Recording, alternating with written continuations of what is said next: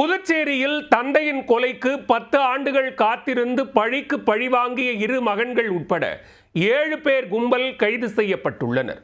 24 மணி நேரத்தில் அடுத்தடுத்து 2 கொலைகள் அரங்கேறியதால் மக்கள் அச்சத்தில் உறைந்துள்ளனர். நடந்தது என்ன?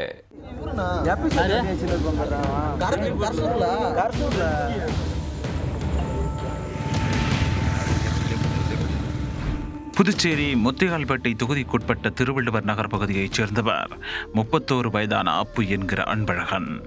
பெயிண்டர் வேலை செய்து வரும் அன்பழகன் மீது கொலை உட்பட 7 வழக்குகள் உள்ளன. இவர் வில்லியனூர் தொகுதிக்குட்பட்ட தொண்டமானத்தம் பகுதியில் தன்னுடைய அக்கா வீட்டில் தங்கி வேலைக்கு சென்று வந்தார். செவ்வாய்க்கிழமை இரவு 10 கண்ணு ராமநாதபுரம் சாலையில் தன்னுடைய நண்பர்களுடன் மது அருந்துவதற்காக அன்பழகன் நடந்து சென்று கொண்டிருந்தார். அப்போது அங்கு பயங்கர ஆயுதங்களுடன் வந்த மர்ம நபர்கள் அன்பழகனை சுத்து போட்டு வெட்டி படுகொலை செய்தனர். தகவல் அறிந்து சம்பவ இடத்திற்கு சென்ற வில்லியனூர் போலீசார் அப்புவின் உடலை கைப்பற்றி உடற்கூராய்வுக்காக கதிர்காமம் அரசு மருத்துவமனைக்கு அனுப்பி வைத்தனர். இந்த கொலை தொடர்பாக வழக்கு பதிவு செய்து போலீசார் நடத்திய முதற்கட்ட விசாரணையில் 10 வருடங்களுக்கு பிறகு பழிக்கு பழியாக அரங்கேறிய படுகொலை என்பது தெரிய வந்திருக்கிறது.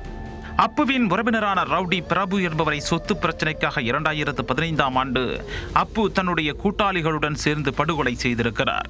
புதுச்சேரியில் பிரபல ரவுடிகளான சங்கர் மற்றும் சத்யா ஆகியோருடன் சேர்ந்து அப்பு இந்த கொலையை அரங்கேற்றியிருக்கிறார். உயிரிழந்த பிரபுவின் மகன்கள் அப்போது சிறுவர்களாக இருந்துள்ளனர். அவர்கள் தங்கள் தந்தை கொலை செய்யப்பட்டதற்கு பழிக்கு பழி வாங்க நெஞ்சில் பகையுடன் காத்திருந்தனர். 10 ஆண்டுகளுக்கு பிறகு தற்போது பிரபுவின் மகன்களான பிரவீன் மற்றும் பிரஷித் ஆகியோர் இளைஞர்களாக வளர்ந்திருக்கின்றனர். அவர்கள் அப்புவை தீர்த்து கட்ட திட்டம் போட்டு நேரம் பார்த்து காத்து கொண்டிருந்தனர். சம்பவத்தன்று கூட்டாளிகள் 7 பேருடன் சேர்ந்து அப்புவை வெட்டி கொலை செய்தது விசாரணையில் தெரிய வந்திருக்கிறது. இந்த நிலையில் பிரபுவின் மகன்களான பிரவீன் மற்றும் பிரதேஷ் உட்பட மொத்தம் 7 பேர் கொண்ட கும்பலை போலீசார் கைது செய்து தொடர்ந்து விசாரணை மேற்கொண்டு வருகின்றனர். புதுச்சேரியில் கடந்த திங்கட்கிழமை இரவுதான் ஆட்டோ ஓட்டுநர் விக்கி என்பவர் மர்ம கும்பலால் வெட்டி கொலை செய்யப்பட்டார். அடுத்த 24 மணி நேரத்தில் மற்றொரு கொலை அரங்கேற்றப்பட்டிருப்பது அப்பகுதியில் பெரும் பதற்றத்தை ஏற்படுத்தி இருக்கிறது.